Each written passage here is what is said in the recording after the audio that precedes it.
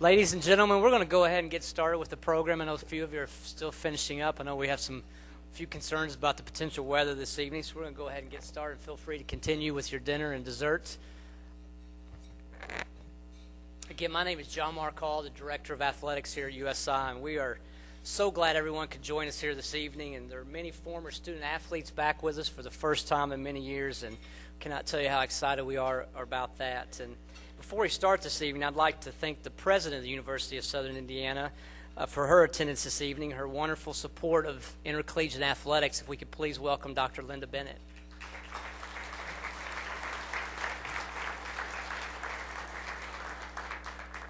Also at this time, I'd like to introduce the members of the USI Athletics Hall of Fame who are with us this evening. If those members could stand and remain standing, and we'll hold our applause until the end, I would appreciate it. With us tonight are Mike Fetcher, family members of Dr. Charles Bertram and Mary Alice Bertram and her son John Bertram, Todd Niemeyer, Ruth Waller, and Jim Brown. If we could give them a warm round of applause.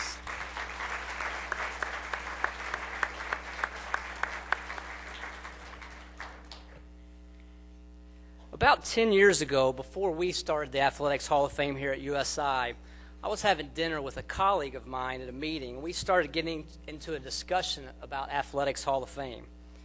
He was on an Athletics Hall of Fame committee at that time, and we began discussing the merits of a certain candidate. And I made this statement, I said, wow, that guy was pretty good. The guy stopped me and said, then he's not a Hall of Famer.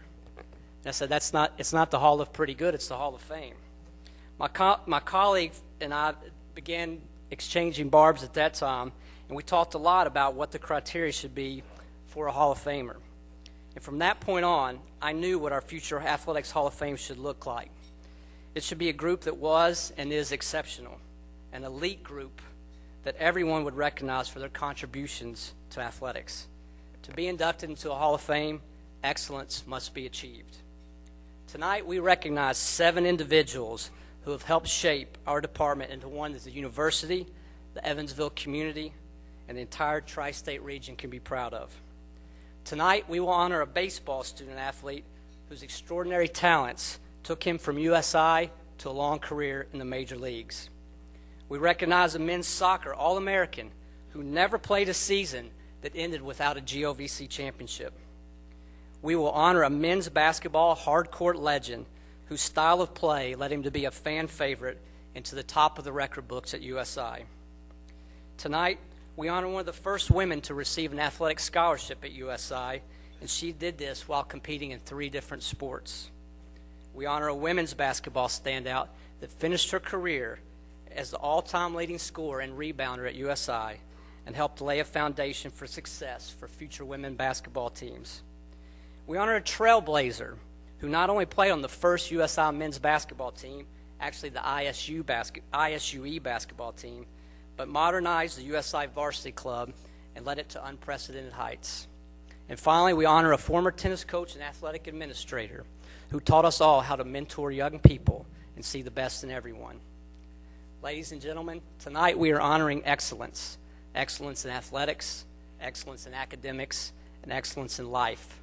This group of 7 individuals, in both small and large ways, has helped all of us in the athletics department in our continued pursuit of excellence. Ladies and gentlemen, our first inductee of the evening is Debbie Schutte. Debbie was unable to be with us this evening. She lives in Florida, and this is a busy time in her accounting profession. As you can see in the program, she was a 3-sport athlete here at USI. That's an amazing accomplishment. And Debbie wanted to make sure that I pass these words along to you this evening. She said, I work in the accounting world, so this time of year is quite a challenge. With that in mind, I'm not going to be able to attend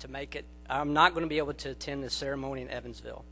I am humbled by the honor and wish I could attend. Please extend my appreciation to all who remembered me and the time I spent at the old ISUE. Knowing how much the program has grown on a local as well as national level brings back fond memories of my association with the university. Being honored with the first female athletic scholarship awarded has been a huge building block for my personal as well as professional life. Again, please extend my appreciation to those who made this award possible and I deeply regret that I will not be in attendance. Ladies and gentlemen, let's give a warm round of applause for Debbie Schutte.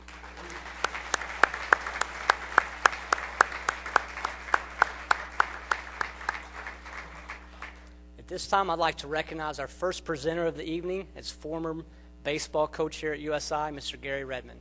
Gary?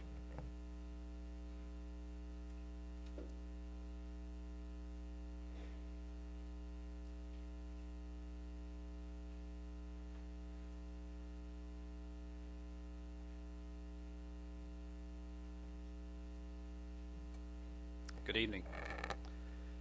When I walked in tonight, John Mark said, "You'll be first." And he knew I was a leadoff hitter when I played, and they don't expect much out of leadoff hitters.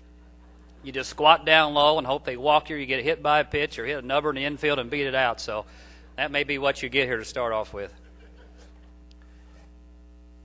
My high school speech teacher was Larry Bluebaum, and he told me to never start a speech with an apology. But I'm going to do that. I'm going to start with an apology. I just spent about 45 minutes at a table with two left-handed pitchers. I don't know what you know about left-handed pitchers, but I see some baseball people out here, and they don't think like normal people. So my focus on my speech is probably off.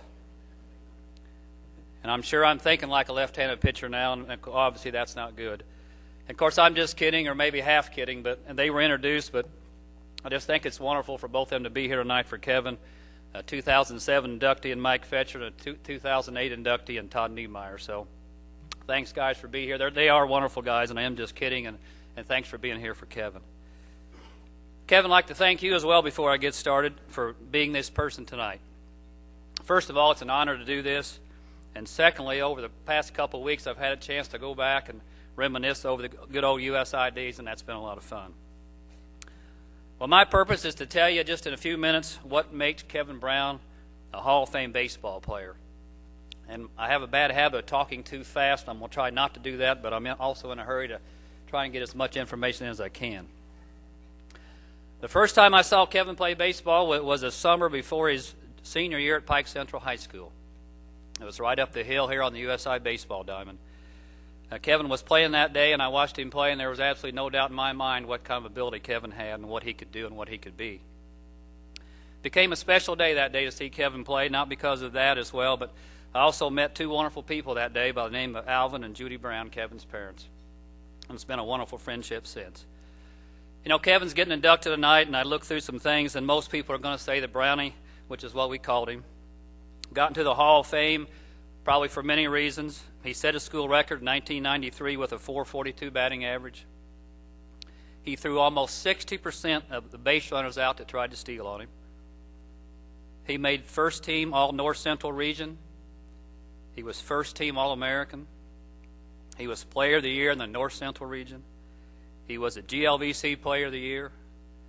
He was the first player drafted by the Texas Rangers in 1994.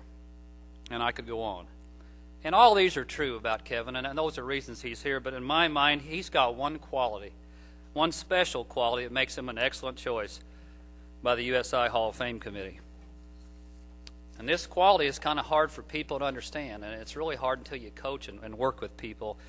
And it's kind of hard for me to explain, but I'm going to do the best I can. Kind of goes like this about Kevin. Fun for true players is found within the game itself. The fun is nowhere else. The fun is actually playing the game itself. And I've been around athletics now a long time, and I don't see this type of player near as much anymore. So many players have fun doing a lot of activities. They're associated with the game, they surround the game, but they're not within the game itself. Kevin really, really loved playing the game of baseball. Kevin truly got into the game. He got into practice. He got into the mental part of the game, and he was 100% baseball all the time. Some people say if you play like this, you take the game too serious, and that's not true at all. This is simply how you do enjoy playing a game of baseball. And that's what Kevin Brown was all about every time he walked on the field. His teammates knew this about Kevin, and they enjoyed the game right along with him. And to be quite honest, he didn't give much other choice but to do that. I still see this quality in Kevin as he coaches his son Logan. I don't know if Logan's here, but I don't know if he's still around. Is he somewhere? There he is, back in the back. He's got to stand up and walk around. But I see that as he coaches, and Kevin's still got that drive to drive his players and drive his son. He wants them to be just like him. He wants them to really enjoy playing the game of baseball the way it should be played. I asked a lot of people about Kevin before I came tonight over the last couple of weeks, and they all really had the same answer. They just kind of told me in a different way. I asked my wife, Geraldine, what she remembered about Kevin, and she's going to come up here now and tell this. No, I'm just kidding. That's going to cost me. But she quickly responded to that. It was real quick.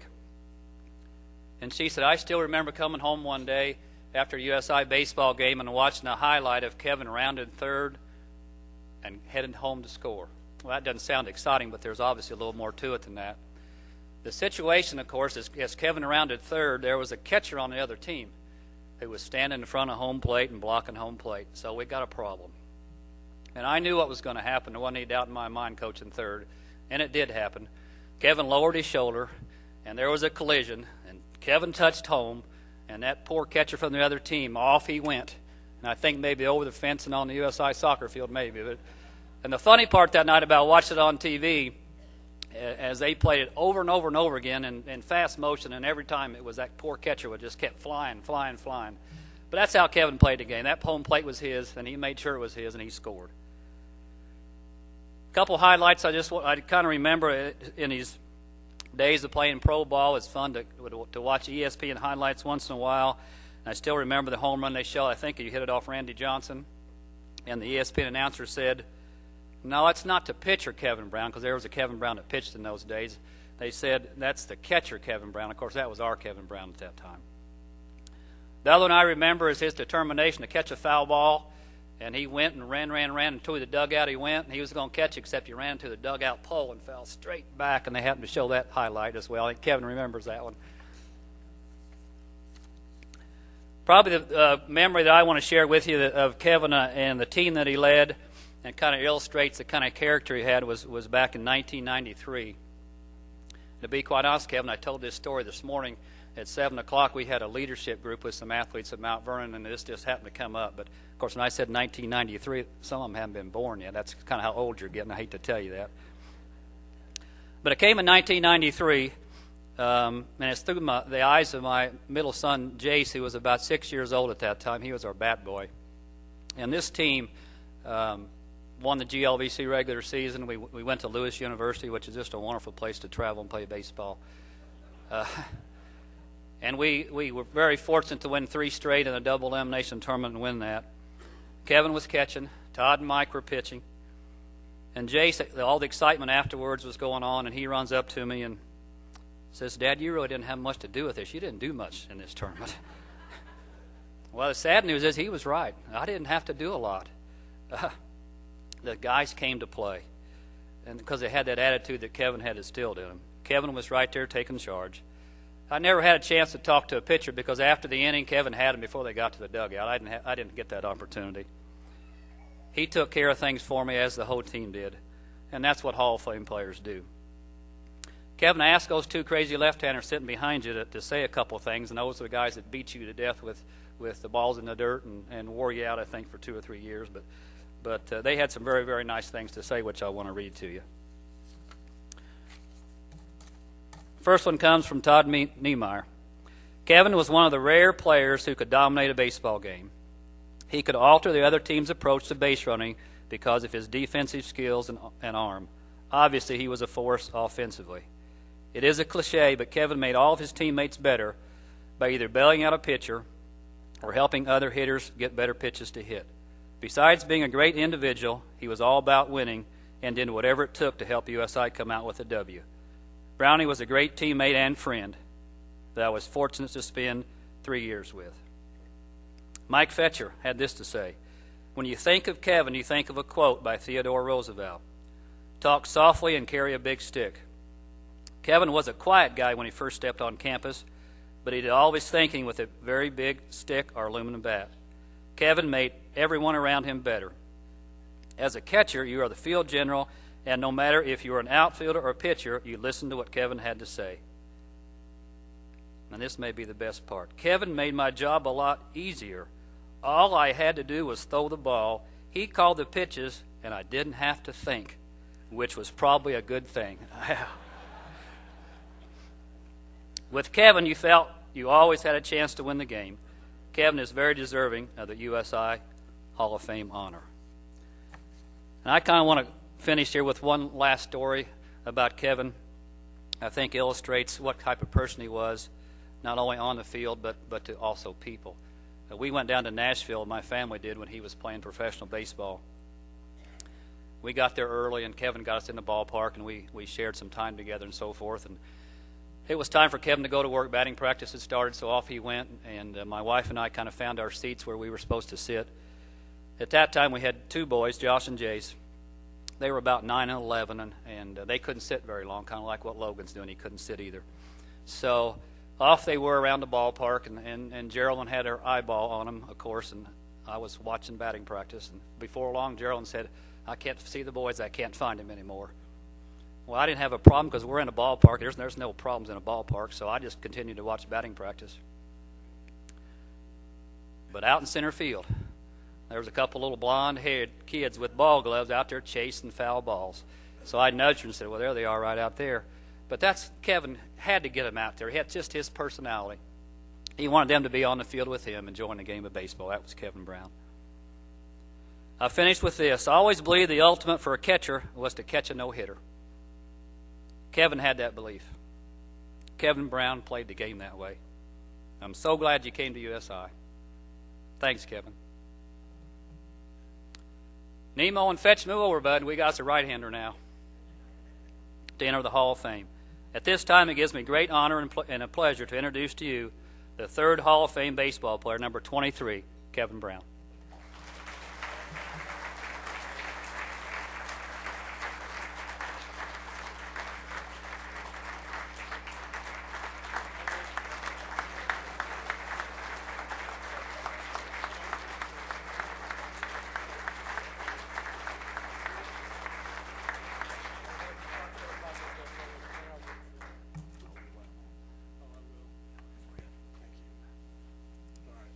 Thank you, Gary. The reason I ran over that catcher, and I had this in my notes, we must think a lot alike. First thing on the top of my notes here is we haven't been here since 1993 together. The reason I ran over the catcher is the first time that freshman year, the first game that we played in the fall against University of Evansville, I come around third base, and it was always, "Don't hesitate if I'm waving you around. You got to be coming." Well, I get to third base. I hesitate. I get thrown out by one step at home plate. And I never seen anybody get so mad because I got thrown out at home plate because he sent me. But he let me know that it was because I hesitated, and he wanted to let me know that it was my fault. And I told him, he said, "Well, what were you thinking?" And I said, "Well, I thought he had the ball a little bit sooner, and I didn't think I would make it." He said, "Don't think, just react." So I did that, and after that, he never had a problem with me rounding the bases.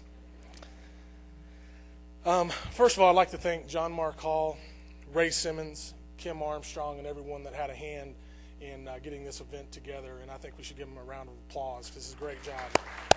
Thank you.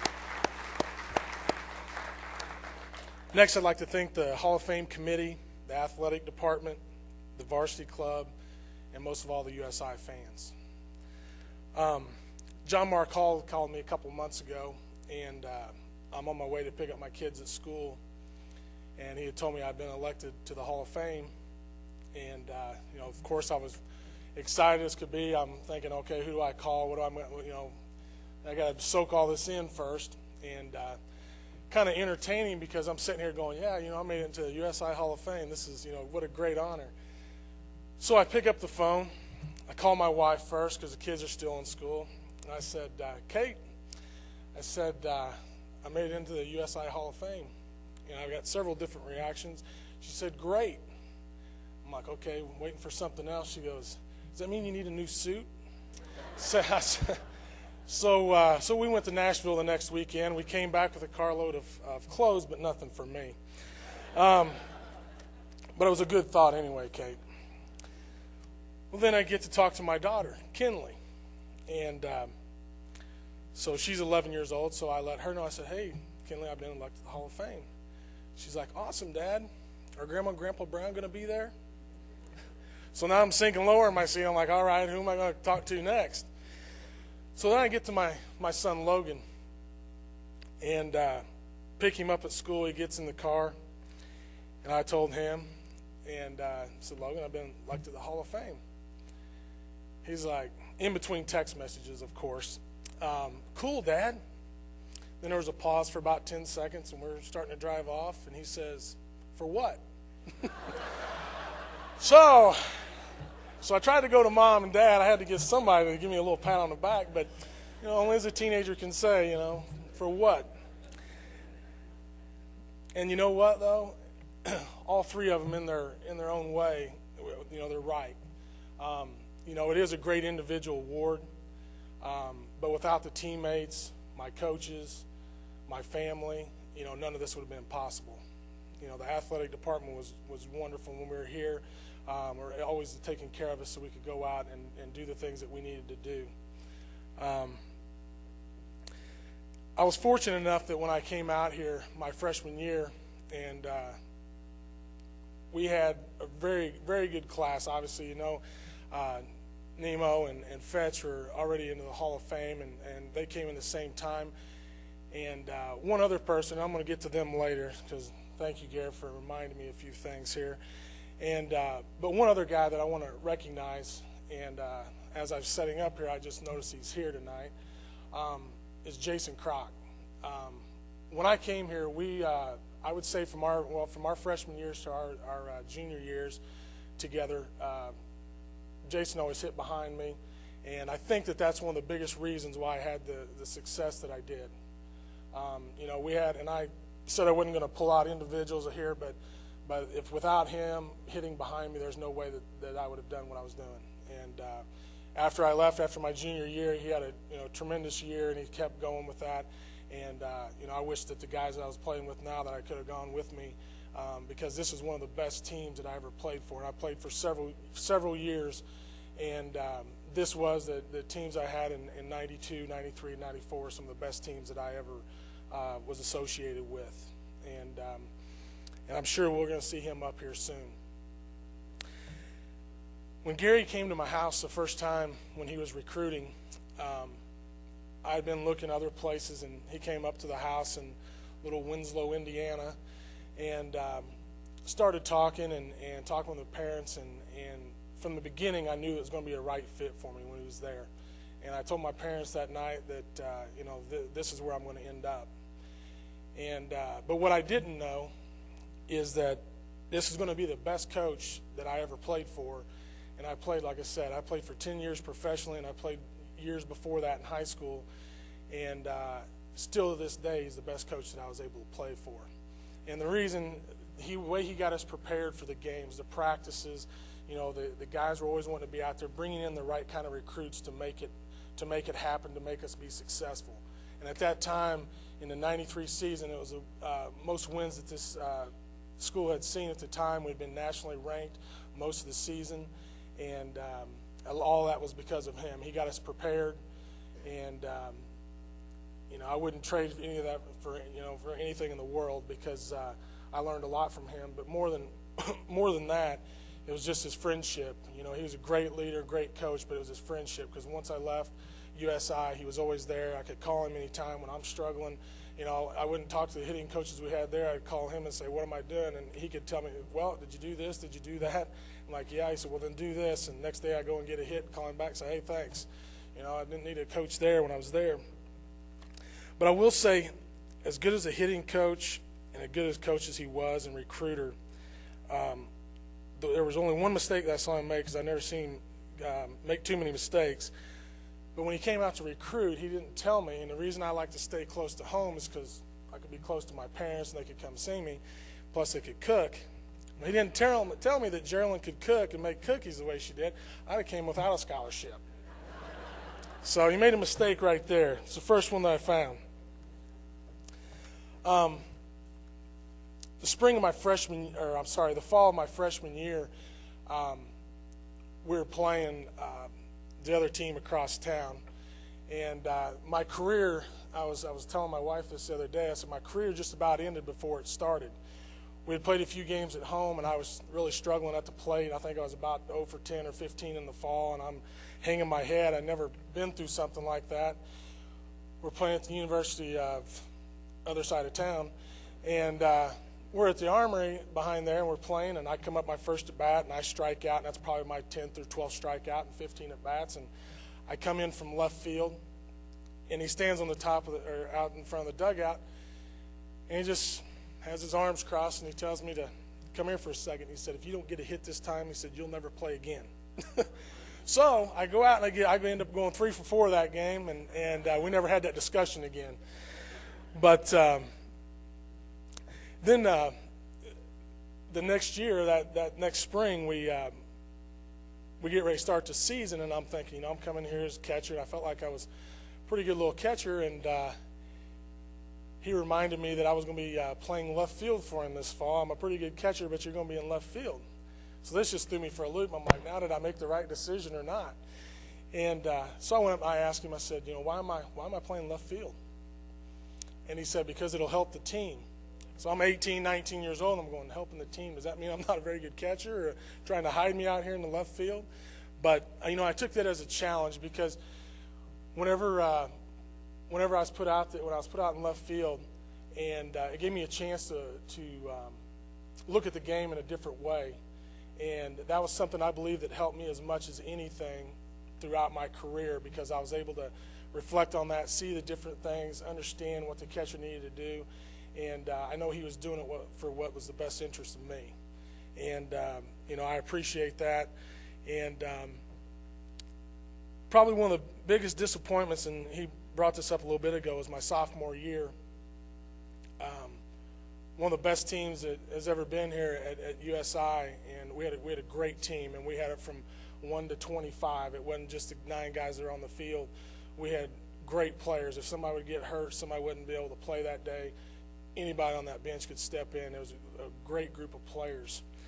But one of the things that still haunts me, and I was talking about this the other day at work, is we were ranked in tops in the country, and at one point, and we go to regional, I think in South Dakota, North Dakota, and we were the #1 team coming into that region, knowing that we're going to go to the World Series. And somehow we made a very quick exit. We lost 2 games in a row. We didn't hit very well. We didn't pitch very well. We didn't do anything well. And still to this day, that haunts me, because we were 2 games away from going to the World Series.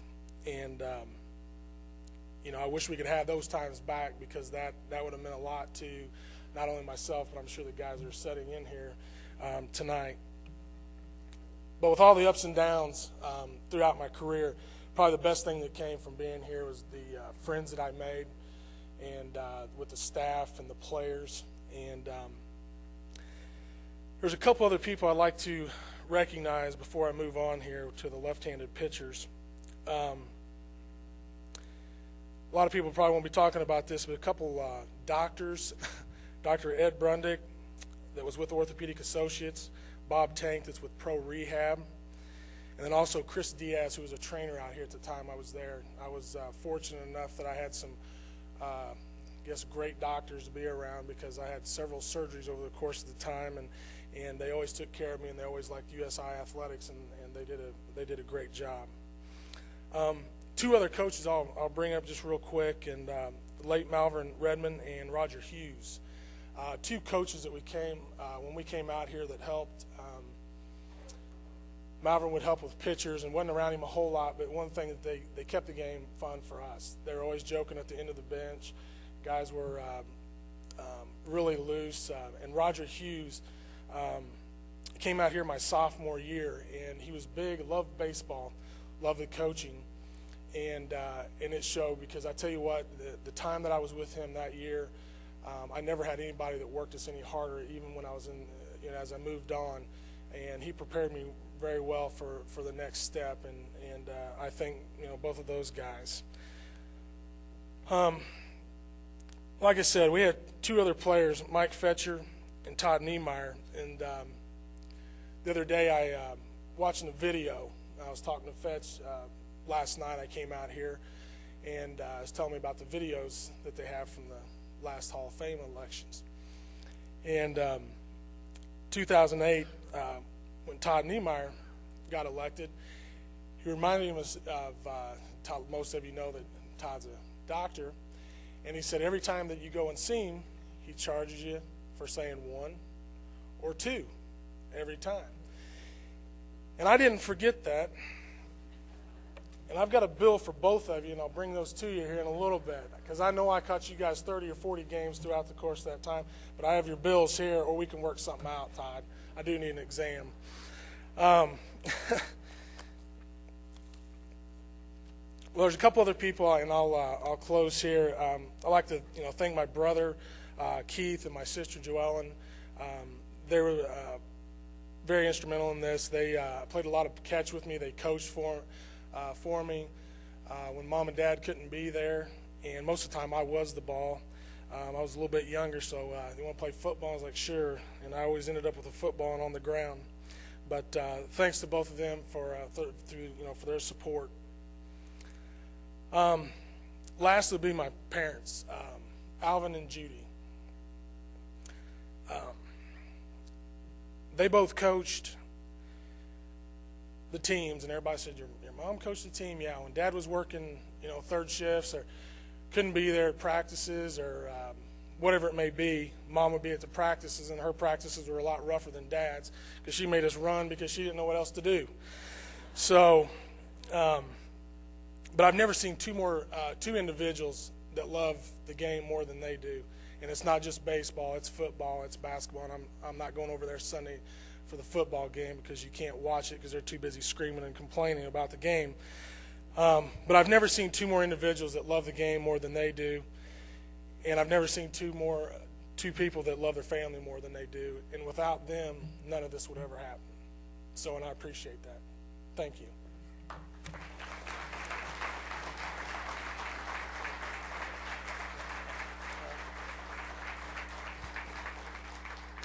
Thanks, Gary and Kevin.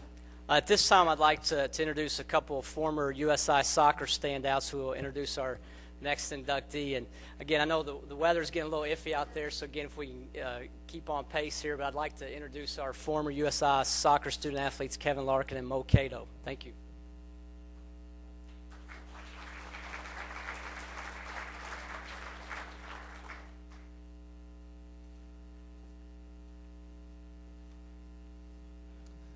I know Mark has mentioned that I guess I'm on a time limit after the baseball team. I was told I only had 3 minutes.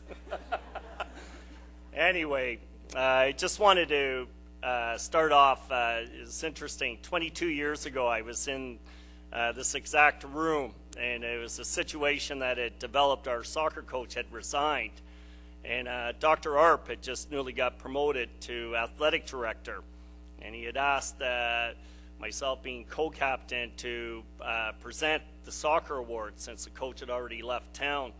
The only problem was that when I followed up, there were no soccer awards to give out. So my co-captains and I did some quick thinking, and we came up with a few awards. And a friend of mine that's sitting at our table here, he was actually awarded an old soccer boot as for most goals scored in practice. We won't go about or talk about the games. So, but I mean, that was a good example of how we started off that soccer presentation. So, nevertheless, more importantly, we're here to honor my good friend Stu Dowds.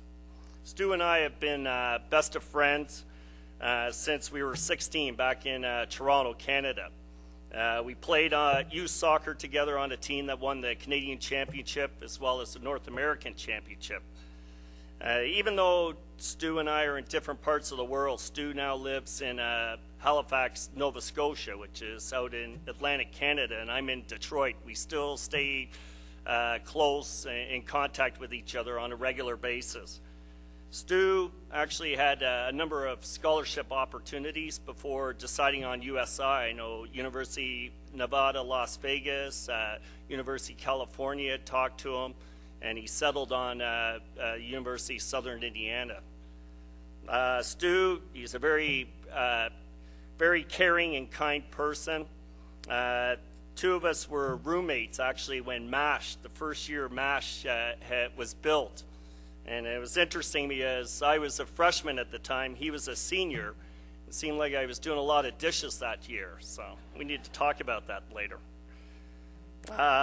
Seriously though, Stu was a person responsible. I mean, the kind-heartedness of him, that he was very instrumental in myself being recruited to come and play and attend this great institution. And for that, Stu, I really thank you for your kind-heartedness. Stu's family, his dad is Jim, his mom Esther, and his sister Linda.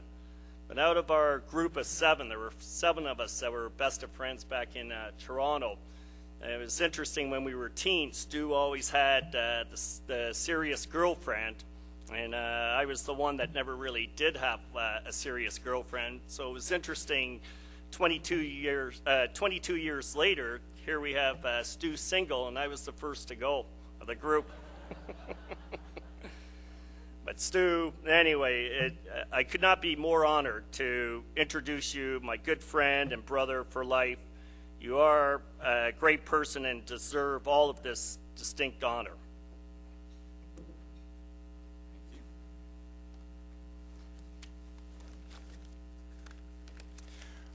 Well, let me tell you about the first time that I met Stu Dowds. It was August of 1981, and I know that's dating myself and Stu a little bit, but we were recruited to come to play soccer at a school called ISUE. And at that time, we really didn't know anything about the school. It was just an opportunity to play college soccer. So on that day, Saturday in August of 1981, the coach called me and said, you know, there's a couple of other Canadians coming down from Toronto. You might want to get in touch with them and maybe ride down together. So I called Stu and these other 2 Canadians, and we met. And the first time that I saw Stu, which was that day, I thought, you got to be kidding. This guy's 6'1", 6'2", about 130 pounds. He is not a soccer player. He looks more like he could run cross country, but there's no way he can play soccer. Well, that's what was going on in my mind. And so we had what was supposed to be about a 12-hour ride down to Evansville. It turned out to be about a 15-hour ride. And I don't know if any of you remember what a 1973 AMC Gremlin looks like, but that was the car that we rode down in, a 1973 AMC Gremlin with 4 soccer players from Canada. And I remember that we arrived at Westwood Apartments at 2 a.m. Sunday morning. And when we arrived in Evansville, we all looked at one another and said, this is going to be fun. And we have been friends since that day. So it is my profound privilege to be here tonight to support my friend and my former teammate as the first soccer player to be inducted into the Hall of Fame. From 1981 to 1984, Stu Dowds was the anchor on our defense for the Screaming Eagles men's soccer team. He was our captain and our leader, and he was also our motivator in practice every day and for every game. He led by example, just the way that you would expect an All-American to lead. He was very cool when he had to be, very calm when he had to be, but he was also very ferocious when he had to be as well. On the field, Stu was definitely an intimidating force. He played in the back as our sweeper. And for those of you who are not familiar with soccer and what a sweeper is, the sweeper is the last man on defense. So he is there to protect anyone from getting past him, otherwise they have a clear shot at goal. So Stu had this role for 4 years, and I can tell you that it was rare that anybody ever got past him. He was that good. But you know, despite his tall and slender frame, opposing forwards were frightened of him, because the word soon got out that the sweeper on the ISUE team is a very talented and dangerous player. And so every time the opposing team had the ball, they tried to shoot the ball from a distance rather than trying to attack Stu, because they knew that they would be in a dogfight. He was definitely a fierce competitor, and he played the game with an unmatched tenacity that I have not yet seen since then. The one thing that Stu probably never got enough credit for was how smart he was as a soccer player on the field. We all know about his natural God-given abilities, but he was a smart player. As a sweeper on a soccer team, you have to be very intelligent. You have to be smart. You have to be able to understand the game and read the game. And Stu was all of that. He was able to organize our team from the back, and he was able to stop breakaway after breakaway after breakaway. He made everything look so very easy. But let me tell you that it was anything but easy. He just made it look that way. People often talk about Peyton Manning and how he's such an intelligent quarterback, and how when he gets up to the line of scrimmage, he's able to read defenses and adjust to the game and read the plays quickly and adjust. Well, for 4 years, Stu Dowds was our Peyton Manning on the soccer field. He understood the game. He understood the strengths and weaknesses of the other team. He understood how to get inside his opponent's head. And he understood, most of all, what it meant to win. He was a true competitor. Stu played the game the way that I try to teach my players today. I try to teach them to have the same intensity, the same passion, the same guts, and the sheer determination that Stu Dowds had. It's a rare quality in a soccer player. I wish I could duplicate it in every one of my players, but Stu Dowds definitely had that quality. Our team from 1981 to 1984 may have been one of the best teams in the program's history. But as good as Stu Dowds was, there was a man behind the scenes, and that was our coach, Andy Byrne. And Stu, I know that you talked to Andy Byrne last week. I had the opportunity to talk with Andy Byrne last night, and he wanted me to pass on a few words to you. So, from Andy Byrne, I quote, "Tell Stu that I'm sorry that I couldn't be there tonight, but I'm very proud of him and what he accomplished on the field. In my 30 years of college coaching, he is by far the best sweeper that I've ever coached. His induction into the Hall of Fame is well-deserved, and I'm very proud to have played a small part in his development as a player and a person." End quotes. I couldn't agree with Andy's sentiments more. It was my pleasure to be on the same team with Stu Dowds for the 4 years, and I am so deeply honored to be a part of this induction this evening. Stu, congratulations, you deserve it.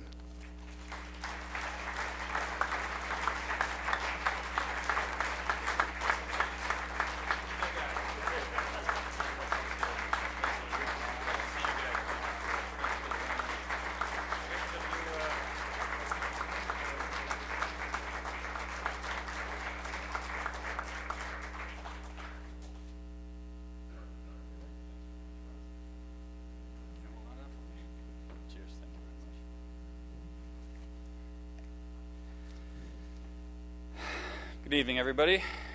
I said I'd give you guys $50 if you said some nice things. I think I owe you about 100. So, yeah, okay.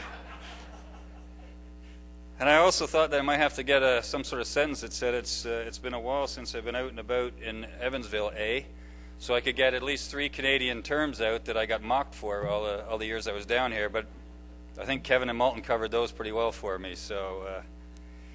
Thanks, guys. I appreciate the intro.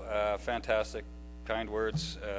Unbelievable. You outdid yourselves, so I really appreciate it.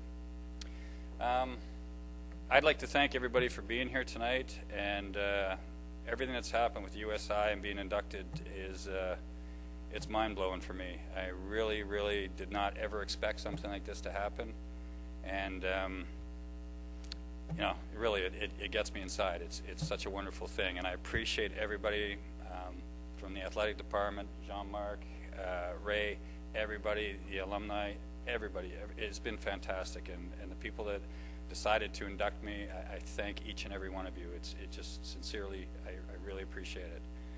I was so surprised when Jean-Marc called me in December. I was just driving along the road, and he phoned, and he says, "This is Jean-Marc from USI," and my first thought was, "Oh no, he's going to ask me to play an alumni game. Does he not know that I'm 48 years old and it would probably kill me?" I was just driving along waiting for it, and when he said, "Oh yeah, we're inducting you into the Sports Hall of Fame," it was all of a sudden it was just like I pulled over and I sat there for a second and I was just dumbfounded. I mean, I could not believe this was happening. So I don't know how to put it into words. It was really fantastic, and I went back to work and I happened to mention it to somebody who had a Christmas party that night, and I got hauled up in the middle of the party. They stopped the band and they hauled me out on the floor, and they announced it, and everybody was clapping, and they said, he was an All-American, and everybody was going bonkers, and they were just like cheering. And then after, they were asking what is an All-American. They had no idea what it was. They all thought it was a fantastic thing that I accomplished, but they really didn't know what the hell I was talking about. So I was kind of amused by that. But when I came down here, it was tough leaving family and friends and coming to a different country to go to school. But I tell you, it didn't take long to settle in here at all. People were fantastic and so kind in helping us out. We looked like we were fish out of water, I think, and everybody in the community helped us out, and I really appreciated it at the time. It was a little strenuous, making the adjustments, but everybody in the community, like I said, fantastic. And getting this award, I feel almost selfish for reasons I shouldn't. I mean, I owe this award, or should share this award, with everybody that I played with down here. Even going back to the coaching, as Moulton mentioned, Andy Byrne, fantastic, had him for 3 seasons. Mike Farrell was my last senior year here. All the players that I played with were well deserving to be part of this. Soccer is like 11 players out there. You can't be an individual and win anything. You are a team, and you have to play that way. So any accomplishments that I achieved or whatever, I owe it to the people and the coaches that I played with, for sure, without a doubt. And I applaud each and every one of them.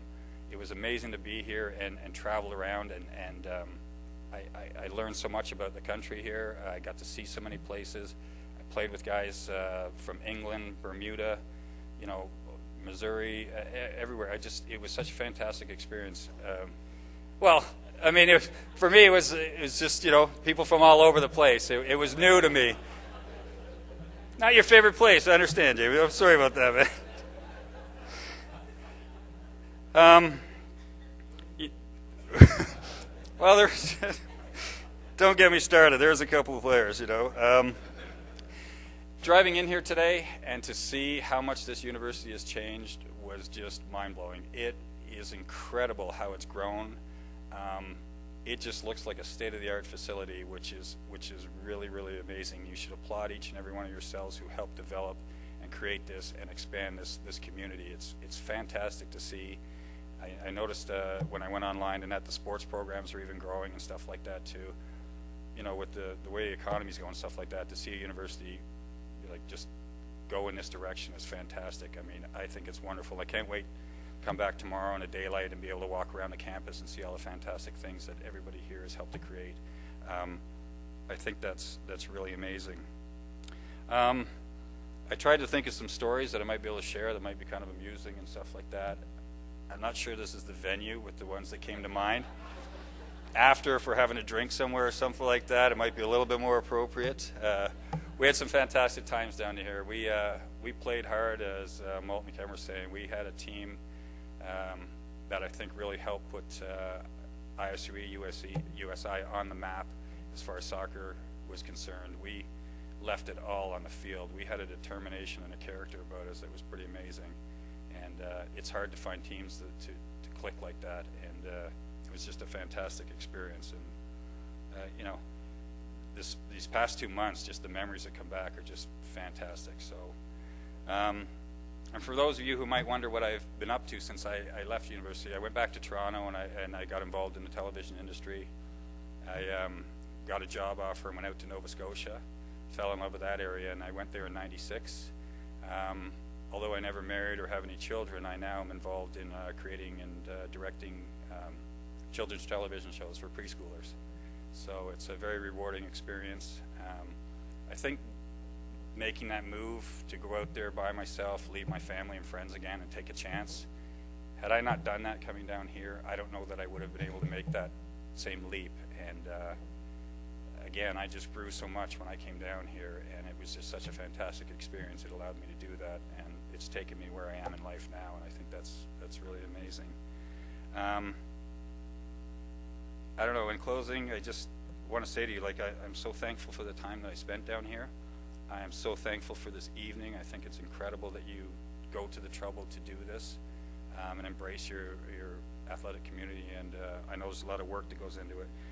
It's an honor to be here with you tonight, and it is very much appreciated. So thank you so much. This just means everything to me, and you know, I'm going to keep it short and sweet like that. And if I could say one more thing before I leave, I was passing through Chicago today after a very rough flight from Nova Scotia, and I decided on my way to the boarding terminal that I should stop and have one to calm the nerves. And I got carded. So at 48 to get carded, I love America. Thank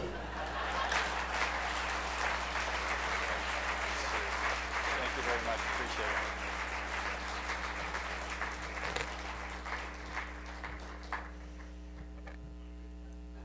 it. To introduce our next inductee, I've asked longtime USI supporters and donors to do the introductions, the presenting, and the accepting, Mr. Russ Woosley and Mr. David Herrenbrook.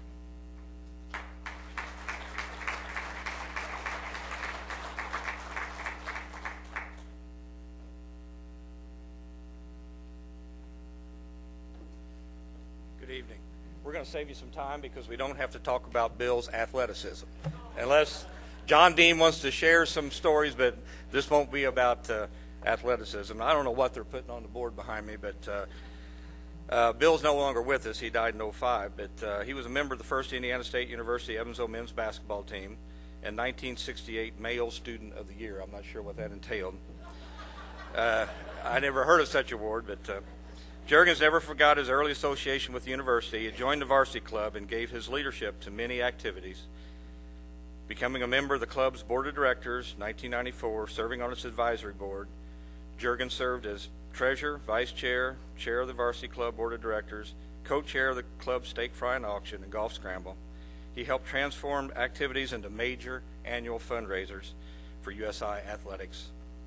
He also coordinated the 25th anniversary recognition of the first men's basketball team, which I see John out there. I don't know if there's anybody else here from that era. And after USI won the 1995 USI National Men's Basketball Championship, he initiated the formation of the USI Letter Winners Association to unite all student athletes after their intercollegiate careers ended. In 1998, Juergens received the USI Alumni Association Alumni Service Award. As the bio indicates, Bill's association with this university started well before this building was ever built. Being on the first men's basketball team and attending college at Centennial Grade School, which was where I took orientation and where ISUE started, Bill watched his university grow from some very humble beginnings. Not mentioned in Bill's bio is the annual memorial tournament in his name. After Bill left his bequest to the university, it was discussed by then Coach Rick Hurtis in the athletic department of a need of an early season tournament to get our team ready for the rigors of playing in the GLVC. When you play basketball at the level that USI does, it's hard to get somebody to come here and get beat up, especially good teams. So the monies generated by his bequest allow USI to attract and assist incoming quality teams and to put on the Bill Juergens Memorial Tournament. I'm not a collector, but I do carry around this program from the very first. Carry it in my briefcase. It reminds me of Bill and his dedication, his volunteerism to this university. It also reminds me how important volunteering can be and how effective it can be. He was very much a volunteer, contributed his time to raising funds for student athletes.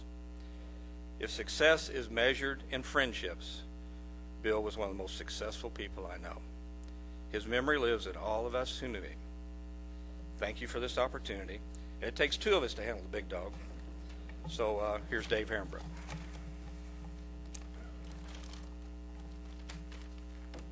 Thanks for us. Russ, Bill, and I were great friends for many years. Russ grew up with Bill, and I went to work for Bill when I graduated ISUE back in 1976. We always had a saying when we worked with Bill, we were the ones that were always getting our hands dirty. Or in other words, we were the ones that always did the work. Bill's take on it was he was the brains behind the organization and the efforts. And I see it holds true today because Russ and I are still doing his work, and we're happy to do so. It's hard to believe that it'll be 5 years in April since Bill's passing. A former teammate of Bill's, Robbie Kent, told me recently that he thought it was very appropriate that Bill be inducted into the Hall of Fame. But not because of his athleticism, because according to Robbie, he was a horrible basketball player, but because of his gift to the university. He said, and John may remember this, I don't know, it was before my time, he said that Bill was nicknamed the Black Hole because when you threw the ball to him, you never got it back. I'm not sure everyone here tonight is aware of Bill's gift to the university, but I think it's worth mentioning. Bill became active with the varsity club when Bruce Pearl and Rick Hurtis came to town.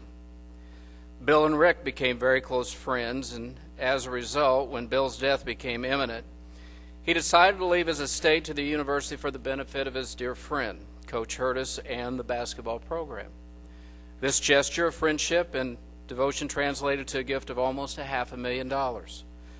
The school and men's basketball continues to benefit from the annual Bill Juergens Memorial Tournament, as Russ had mentioned. Bill was often larger than life, a dear friend that some of you will never meet. I'm grateful for his friendship and his legacy. It's an honor for Russ and I to accept this deserving award for a man who adored this university. Thank you.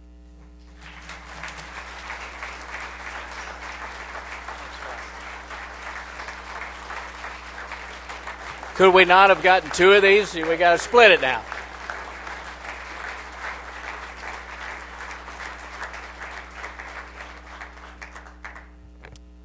Let's introduce our next inductee, a former USI tennis player, Mr. Tony Bacon.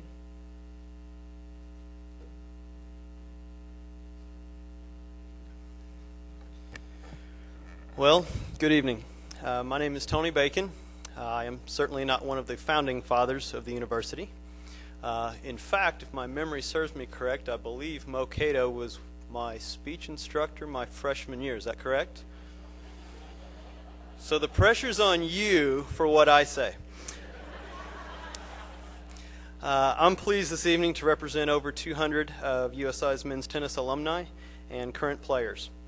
I had the privilege of playing for Jack Marr from 1992 to 1995.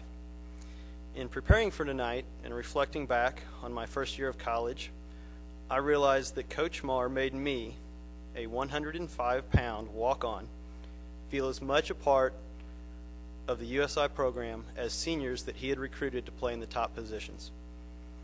My senior year would also turn out to be Dr. Marr's last year as coach. I'd like to tell you that he enjoyed going out on top and being carried off on the shoulders of his players. However, some of you knew Jack, and you also know how unlikely I would have been to have physically carried Jack anywhere.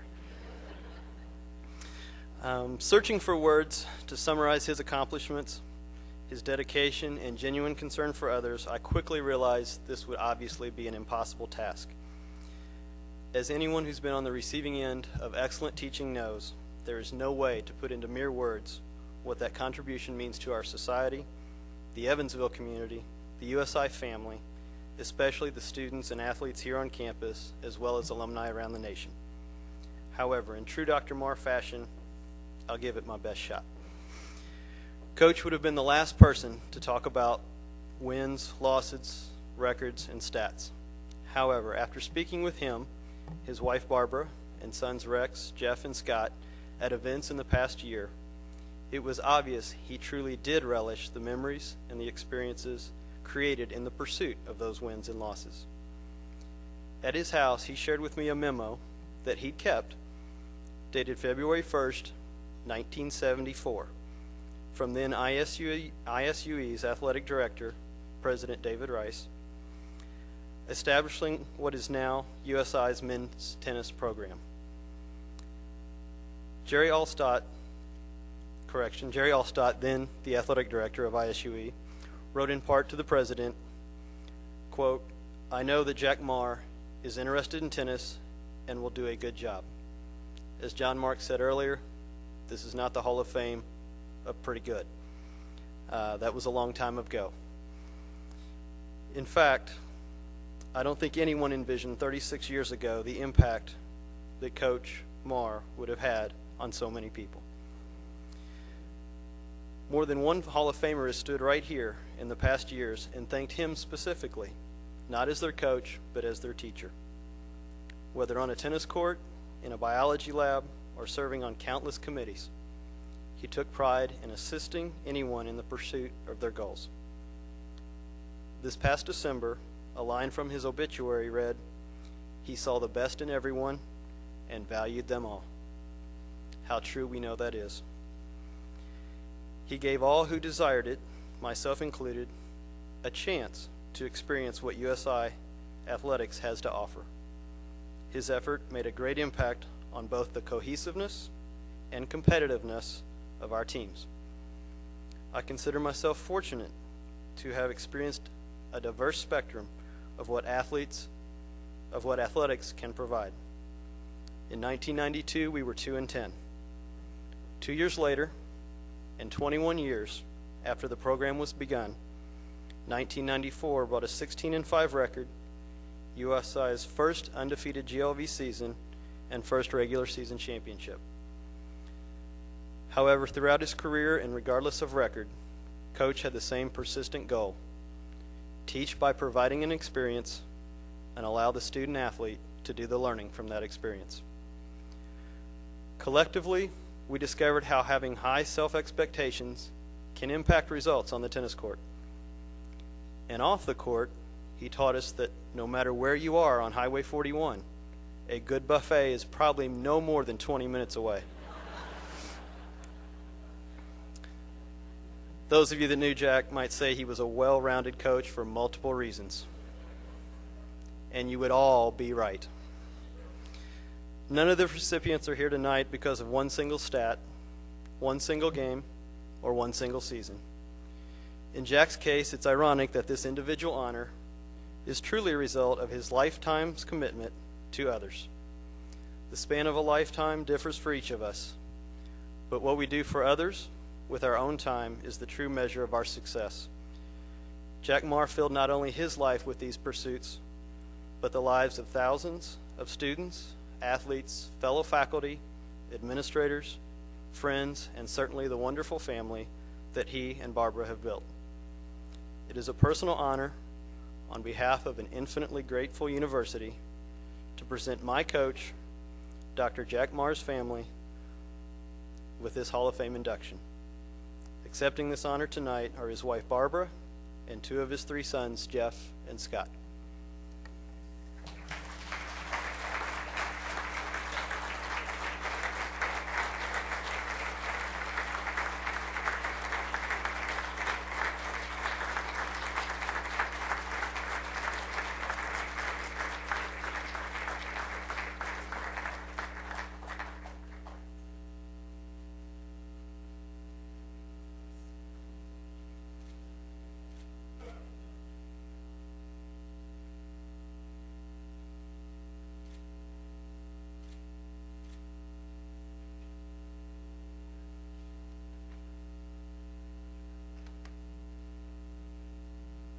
Well, I don't think I'm in any shape to say much, but Jeff's going to say something for our family, and maybe Scott. We want to keep it short, but I do want to thank everybody for coming and all of Jack's friends, and also say that I'm so glad that he had a chance to know that he was going to be inducted, and he loved the university so much. Thank you.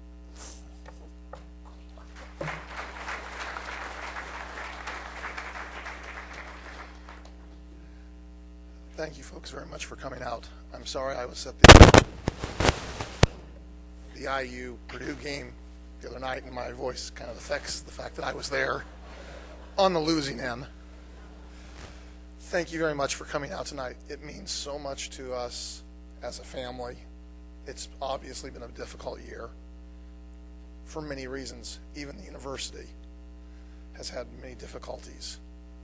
When we came here in 1971, the facilities here was minimal at best. And as has already been stated, the university has changed in so many ways and has affected so many people. And that's what Dad envisioned when we first came out here.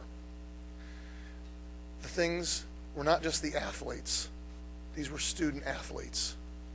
And that was more important than the wins and losses, because what we became after the university was more important than necessarily what we did at the university. And that lives on today with what we're doing now and what we will do in the future. As a small student in grade school, the Rouser family, Emmanuel and Spider, you were role models.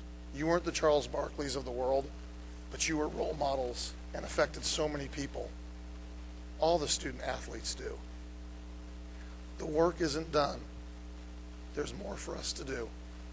This university, yes, it's grown, but in Dad's eyes, we got more to do, guys. We've just started. Thank you very much.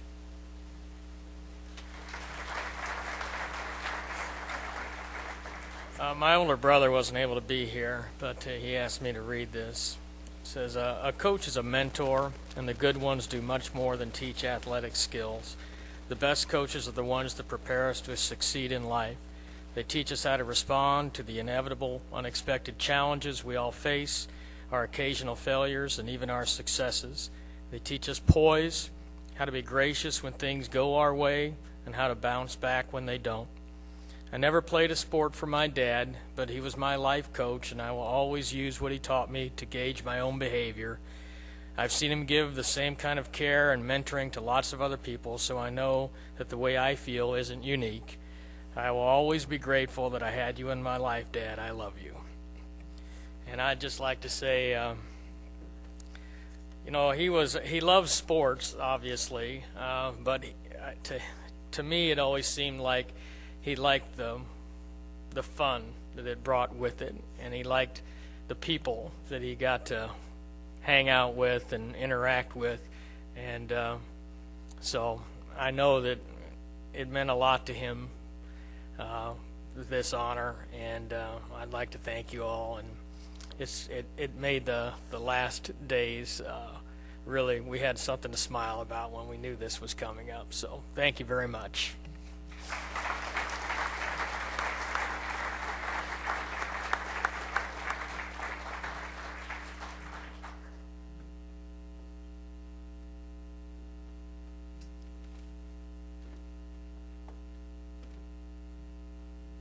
Our next presenter is former USI men's basketball player, Mr. Gary Williams.